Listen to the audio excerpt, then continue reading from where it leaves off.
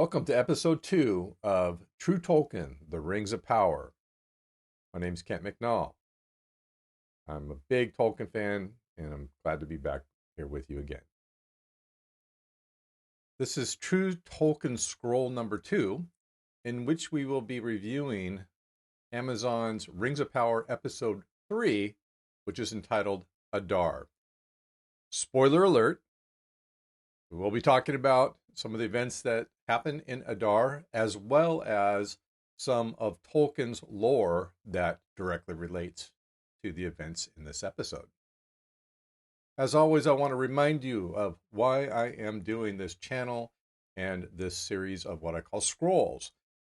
It is to get you to read the Silmarillion and many of the other works besides the Fellowship of the Ring and the Hobbit, so that you have your own picture of Tolkien's amazing universe that he created that is not tainted by the work that we're actually talking about, which is Amazon's Rings of Power series. So please go out and read the Silmarillion. And if you've read it 20 years ago when you were a kid, read it again. It's really worth it. The lore is amazing, and you'll be glad that you did. Friends, I hate being right.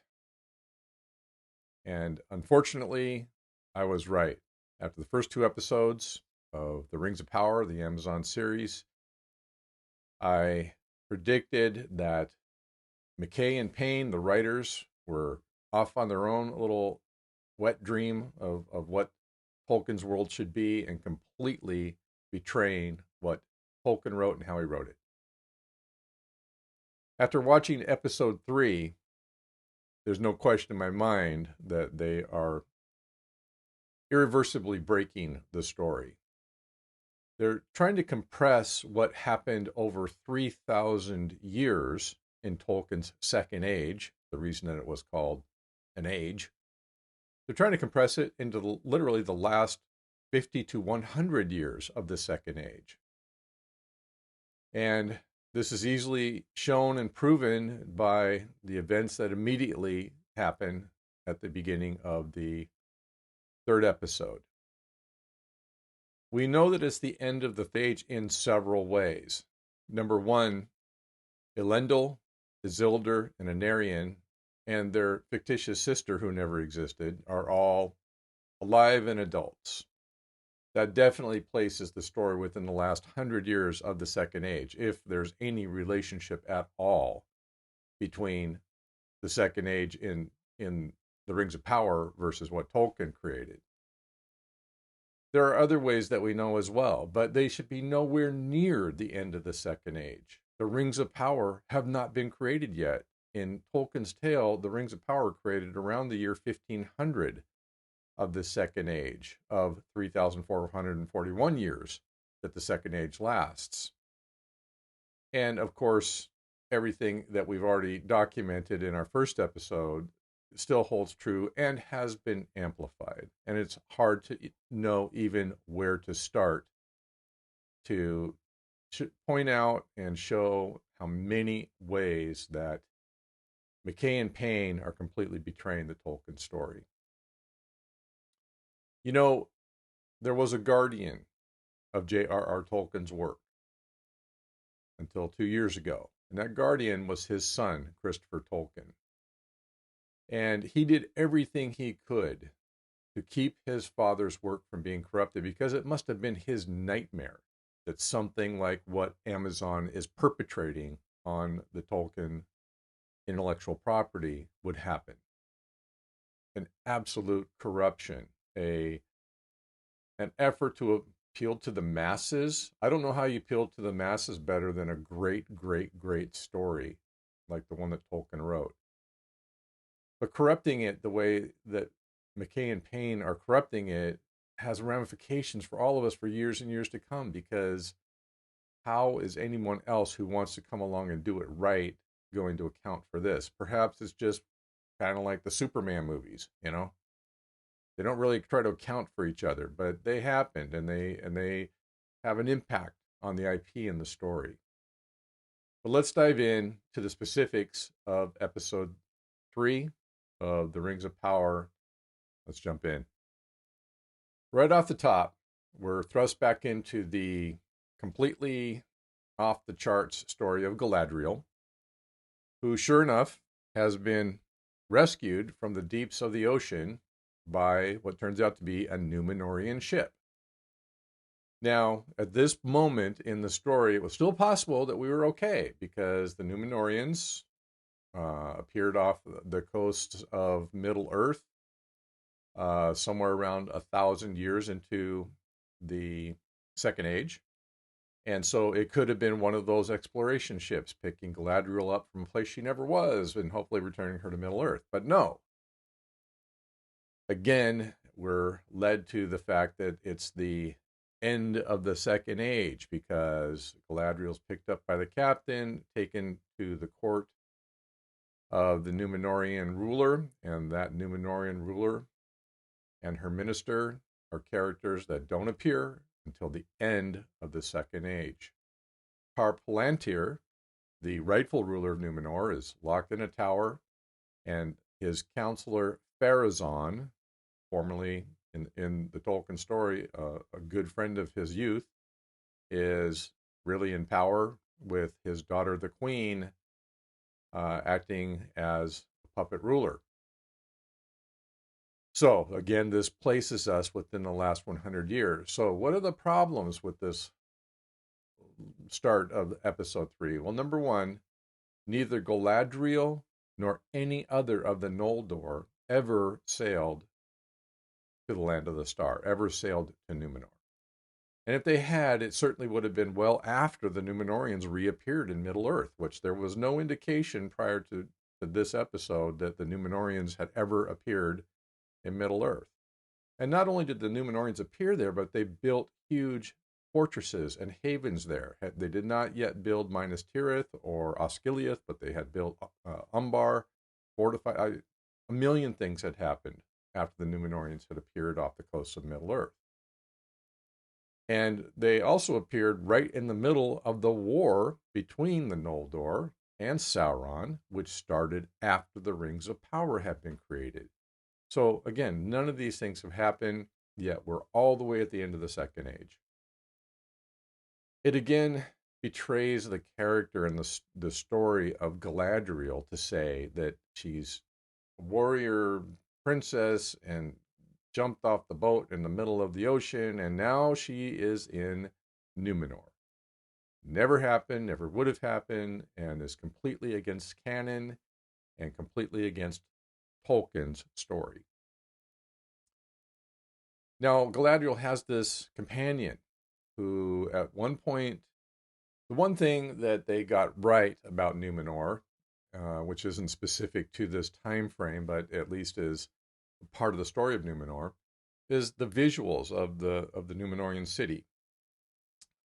Quite spectacular, all CG, of course, but certainly at least partially portrays the level of civilization and architecture and art that the Númenóreans had achieved over 3,000 years. But the Númenóreans are already past the point where they are even meeting with the Eldar. The Eldar are banned from Númenor, and this is something that happened, again towards the end of the Second Age. So the writers have chosen not to show us the great parts of Númenor, the honor and the character of the citizens of the Edain, of the Dunedain, who were the people that were granted as a gift the Land of the Star for their part in and their suffering in the wars against Morgoth. We don't get to see the wonderful relationship that they had with the elves, who would sail back from Valinor, from the Lonely Isle, and bring them gifts of birds and flowers, and taught them, what they could teach them about crops and architecture, and so we don't get to see any of that. We're skipping all the way to the end, where the Númenóreans are being corrupted and are about to be corrupted, presumably, if they stick with the story at all, by Sauron. I'm just aghast at the betrayal of Tolkien's story that the writers have shown here. And the only possible explanation for it is that they just couldn't figure out how to tell the story right, because it does take place over thousands of years, but they clearly could have done that. And they could have easily done that. And instead, they chose this horrible path of minimizing the characters, corrupting the characters, and completely erasing the timeline and rewriting it in a very foolish way. You know, one of the things that makes Tolkien's stories so fantastic is that they have the majesty and the weight of a long history. And they reflect the character of the Eldar, of the elves, who the story is really about. And the Eldar do not run around doing things quickly. They cherish the way the world is, and they seek to preserve it. It is the reason that they will forge the rings of power. They sought to preserve and protect their way of life. They wanted to keep all things timeless if they could, because that's what happened for them in Valinor. They were there for 10,000 years in a very timeless place where they could just enjoy life, create, and do their thing. And they spend their time trying to capture that incorruptibility, which, by the way, is what Galadriel was doing during the Second Age, where they've got her off. Apparently, for 3,000 years, she's chasing after Sauron and the commander of the Northern armies. Well, what she was actually doing during that time was she was building her kingdom in Lothlorien with her husband, Celeborn. I'm not even sure if Celeborn is going to show up at all in the Second Age. While she was involved in the activities of the Second Age and with Gil-Galad the king and her friend Elrond, she was the queen of Lothlorien. And that's what she should be doing at this time. That's not what she's doing. She's off in Numenor, where she never went in Tolkien's tale. I'm not going to touch too much on Galadriel's traveling companion because it just, again, is coming from nowhere in the story. The idea that this descendant of people who served Morgoth is floating around the middle of the ocean in a rickety boat, picks up Galadriel, now they're in Numenor. He identifies himself in a whispered comment to somebody he's about to kill as Eärendil, which is actually a name of one of the kings of Gondor.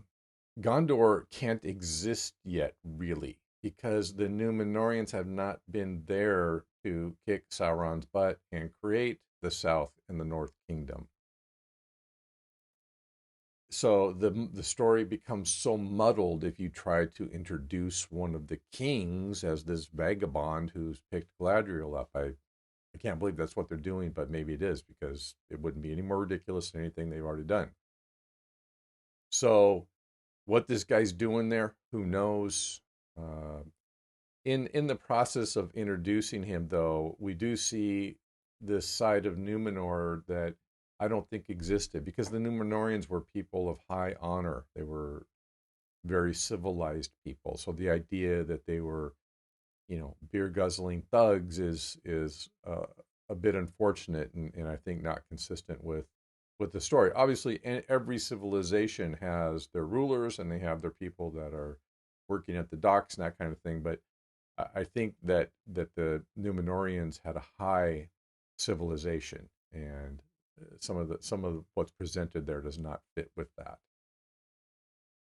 Moving on to the next phase of the third episode, we're now with the captured elves that are being forced to work by the orcs, and they're cutting down a tree. That's where they're at. They have to cut down this tree. And it turns out that they end up that they're in the Southlands of the south west corner of Middle Earth. And the difficulty with this part of the story is that to my knowledge, I never saw any tale out of Tolkien's work where the orcs were in the Southlands. And the simple reason for that is kind of shown in the story, which is that orcs don't like the sun. And by definition, the Southlands had a heck of a lot of sun. So they build their little shelters, but orcs are very ineffective when there's a lot of sun. That's why they stick to the mountains and the caves, and that's a big part of the stories that are told through the movies and through the books.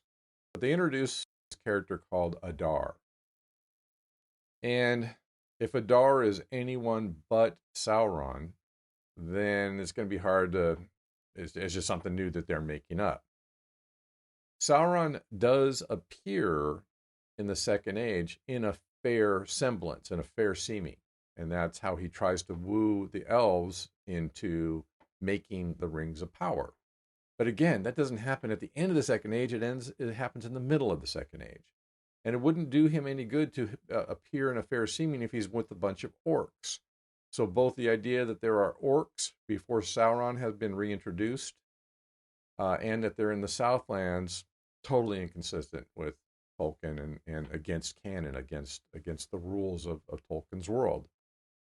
So, here again, and then what's the purpose of this part of the story? There is no purpose. Most of the elves get killed. There's only one elf left.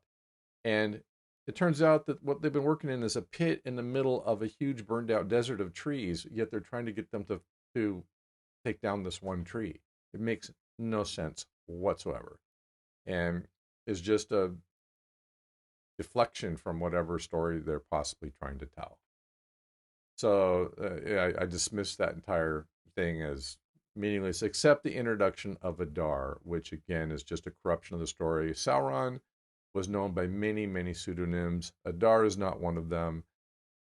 I hope that they're not trying to introduce that as a Nazgul.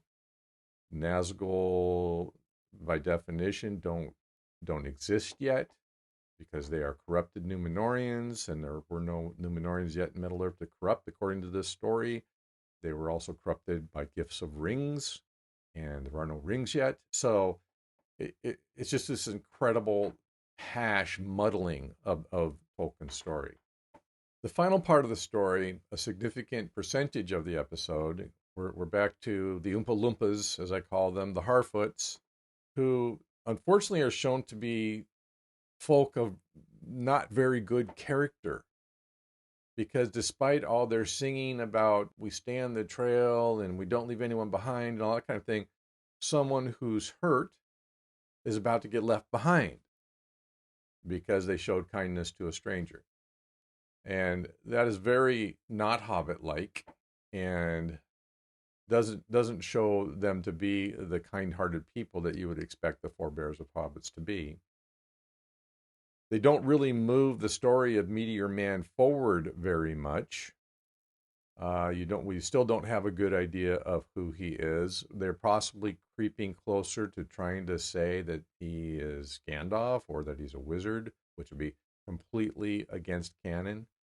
So that one is still just out there brewing, but I continue to be disturbed and annoyed by the fact that the Harfoots are even there. Even if it is the end of the Second Age, which they're portraying this as at the end of the Second Age, are still more than 1,000 years away from the first documented sightings of the Pyrenees. So that still remains just, I assume a cheaper thing to film. The Harfoots are much cheaper to film, perhaps, than any of the other parts of the story. So we'll have to keep enduring that one. That's our scroll for this week. I unfortunately have to say I predict more pain.